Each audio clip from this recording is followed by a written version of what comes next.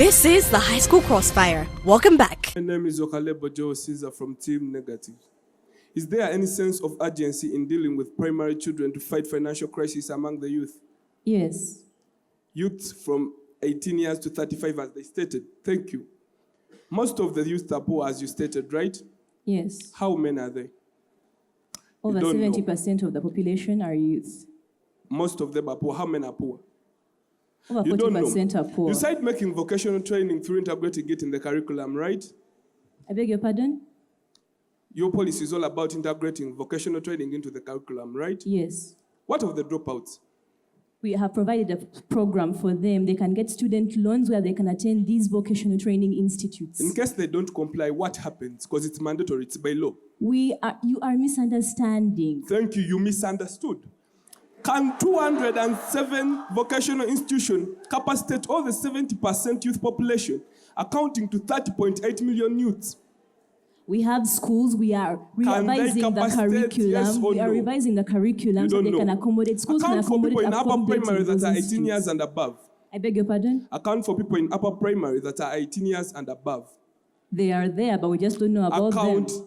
You can't tell us what you don't know. There are no facts without figures, ladies and gentlemen. You never know you had some in your primary Does your policy address school. labor market demands? I beg your pardon? Does your policy address labor market demands? Yes. Ladies and gentlemen, they didn't tell us anything about labor market demands. And what happens at the end of the day? Even when you produce these people with their skills and the labor market does not actually demand for their skills, they will remain unemployed. They don't address that in their policy, ladies and gentlemen. Do you intend to handle stereotypes in your plan? Yes, through sensitization. Thank you. How does vocational training fight poverty? It equips the learners with skills which they can use to become self-employed. Thank you. How do they become self-employed? By starting up businesses with the skills that they gain. Thank you. That's where I get her, ladies and gentlemen. We said 50% of people actually try to start up these businesses. They end up collapsing, ladies and gentlemen. And in our policy, we actually catered for them. We said we are going to give them financial assistance. In their policy, they are nowhere talked about, ladies and gentlemen. So, you said, does your policy address the urgent need to solve financial crisis? Yes, it does. Name one financial crisis that was solved in 6 months. Poverty. One. Where was it? In Uganda. Ladies and gentlemen, we've never solved any financial crisis in Uganda for 6 months. So that actually presents lies in their case, ladies and gentlemen. So in our policy, we actually address the solutions to reasons why youth don't actually enroll for vocational training. We tell you why it should not be mandatory without ignoring its importance. We tell you how to solve financial crisis without mandatory vocational training. We also give you reasons why the 49% of the vocational training graduates are jobless and 50% of those who try to start up businesses end up collapsing.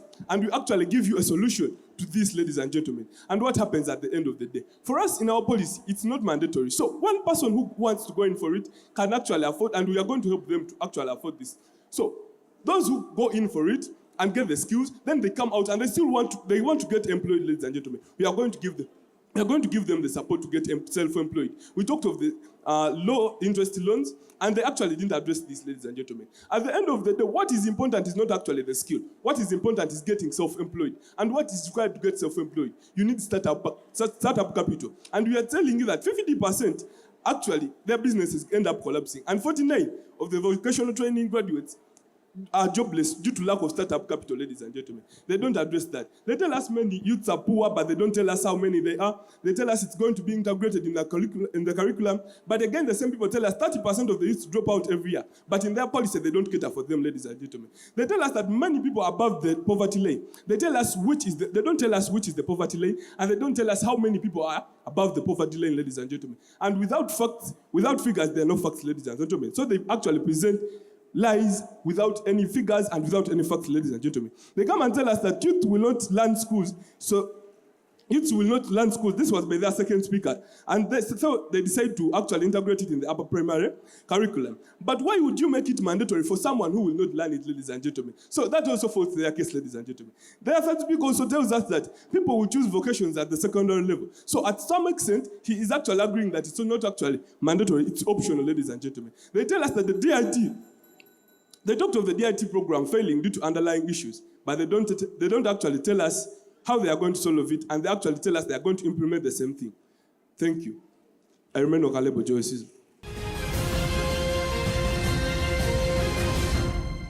All protocol observed. Angere Rachel from the affirmatives.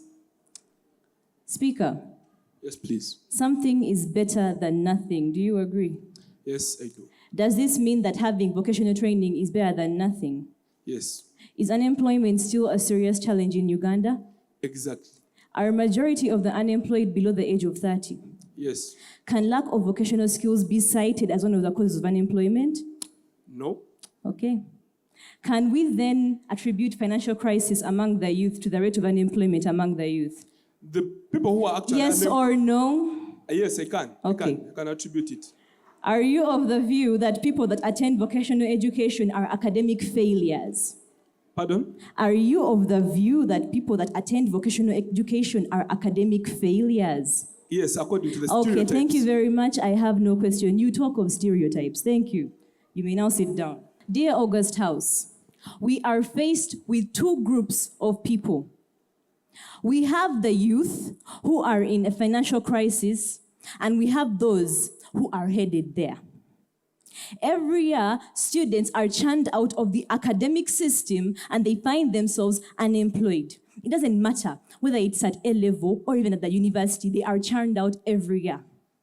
And they find themselves unemployed due to unfavorable conditions set by employers, such as prior experience over 3 years. Mind you, some of these people have never even stepped in a workplace.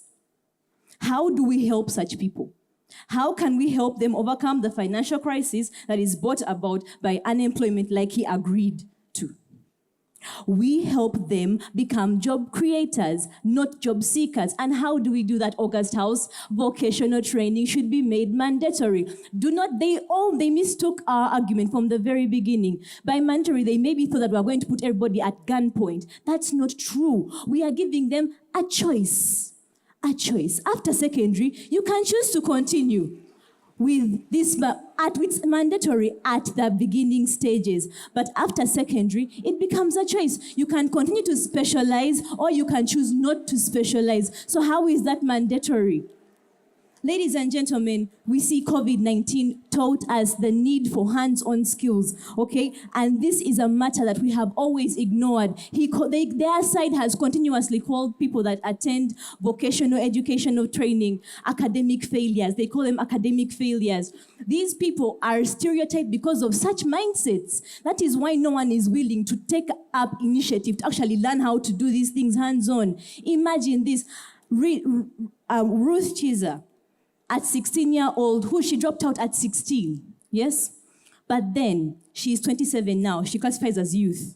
She's 27 now, and she owns a tailoring business because she got her vocational training from Mtinda Vocational Institute. She dropped out of school, but that wasn't the end for her. She turned to vocational training. That is what we are trying to do, provide another solution to these people, provide a way out for these people. They ignore the fact that we are trying to implement this from the primary level. We are not saying that primary students are youth. That is not what we are saying. We are trying to help them, we are trying to prevent them getting to their youth when they have nothing to help them. No funds, nothing. They say these people fail, their businesses fail. We are not going to allow that to happen. We are going to fund them. We are going to help them get back to school. We are going to find their businesses. We are going to help them overcome this financial crisis. Ladies and gentlemen, if we waste time with a problem this urgent, then people will reach their youth when they are poor, undergoing this financial crisis, which they want to ignore by ignoring the young, the primary students. If you treat a cancer at a tumor stage, there are higher chances of it healing. Thank you very much.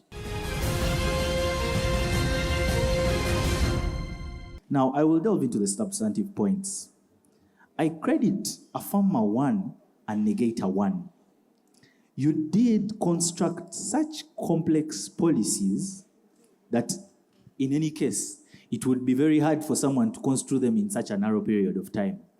I thank you. You kept time and drew those policies to the end. Because guess what? Affirmative 3 comes and raises questions that were answered in Negator 1's speech. Negator 3 also comes and raises questions that were actually answered in Affirmer 1's speech. In other words, the rebuttal was good, but you were engaging on points that the other team had already answered.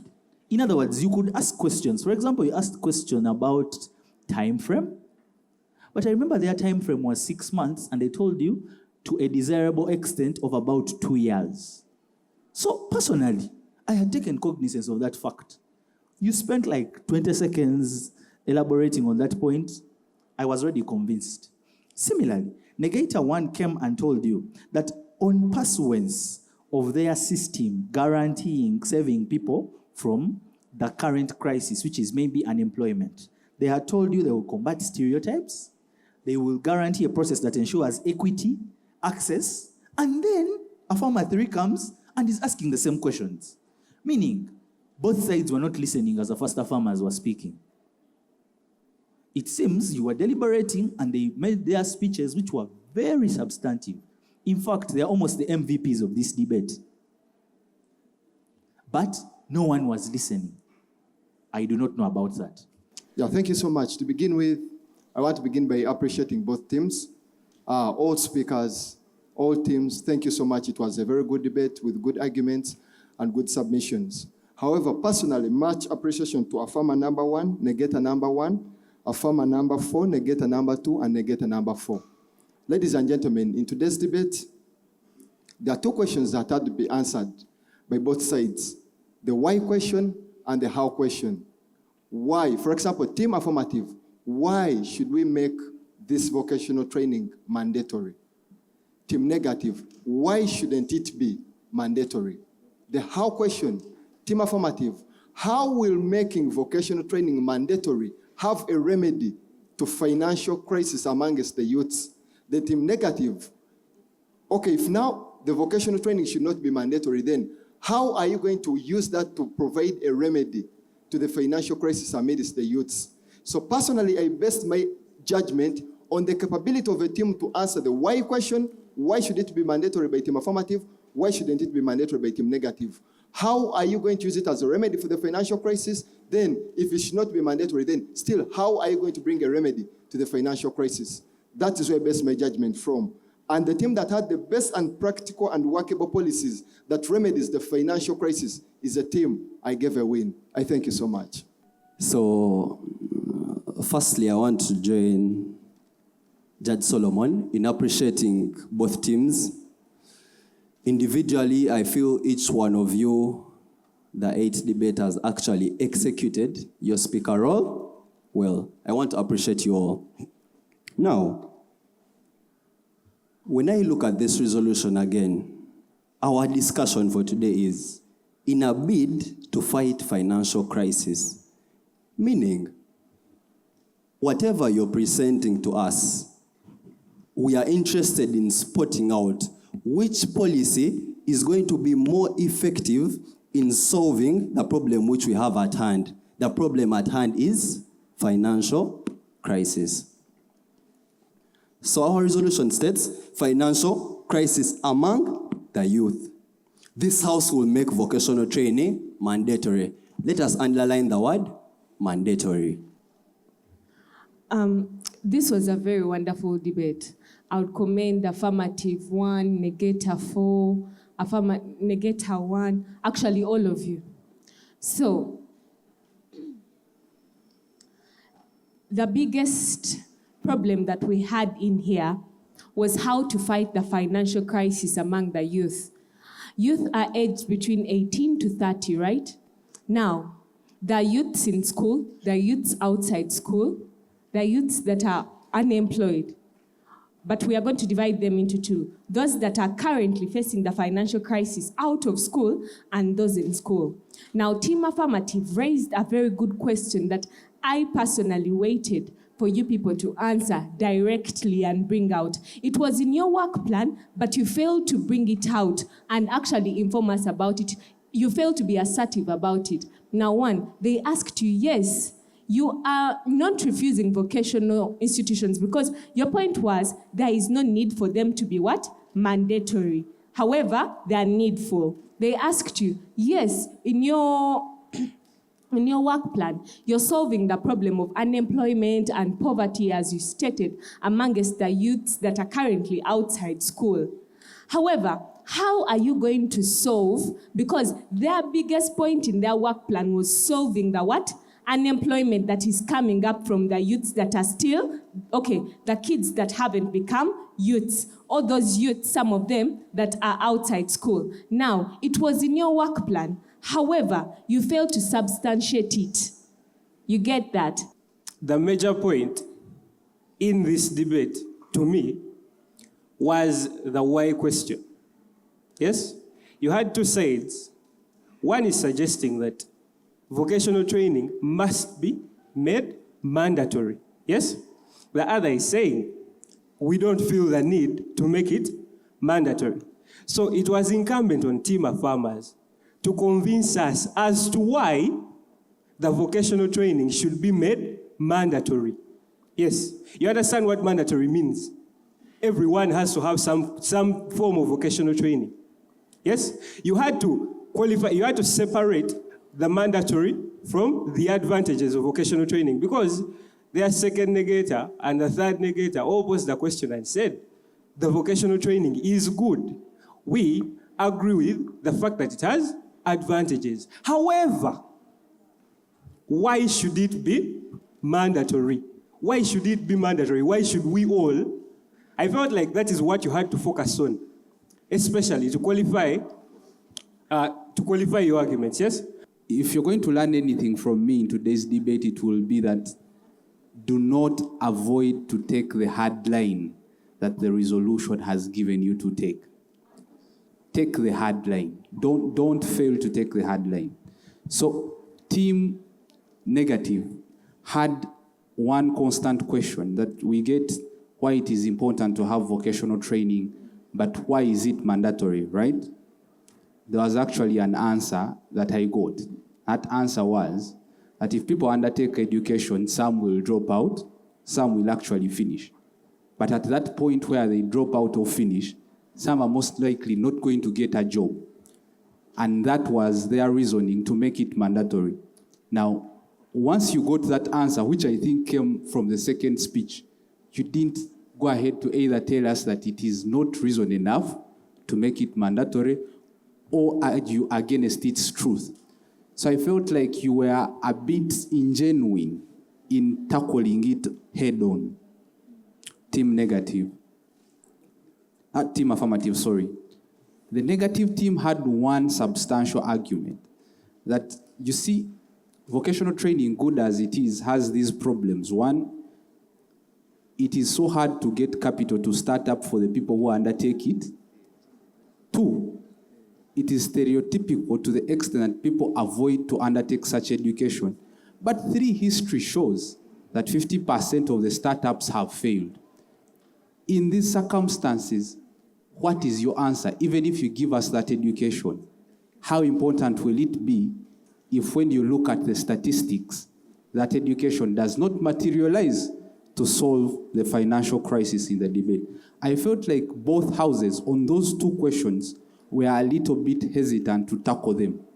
Now, for me, this is not exactly where the judgment is based. It is where I think you guys need to improve.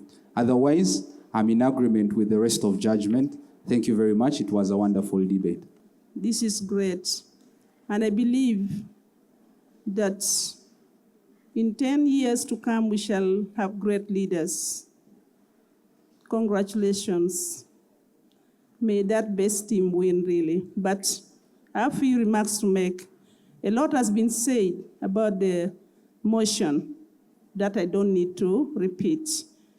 We have the same line of thought, and those remarks, take it seriously. Let us try to learn the etiquette of debate. Both at Team Affirmative, you had a good plan. If you had implemented it, if you had answered those questions really, it would be great. Now, POIs are not for fun. It's to spice the debate. It's to also help you to be a better, improve on some of the cases that you could have put down and change your plans. But that does not mean that I'm basing my judgment on that. I just want both teams to take note that POIs are very important, that we should take note of. My name is Juliet Muvi.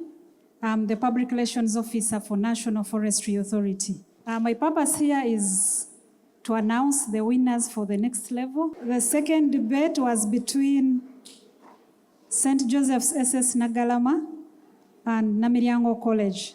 The winner is Namilyango College.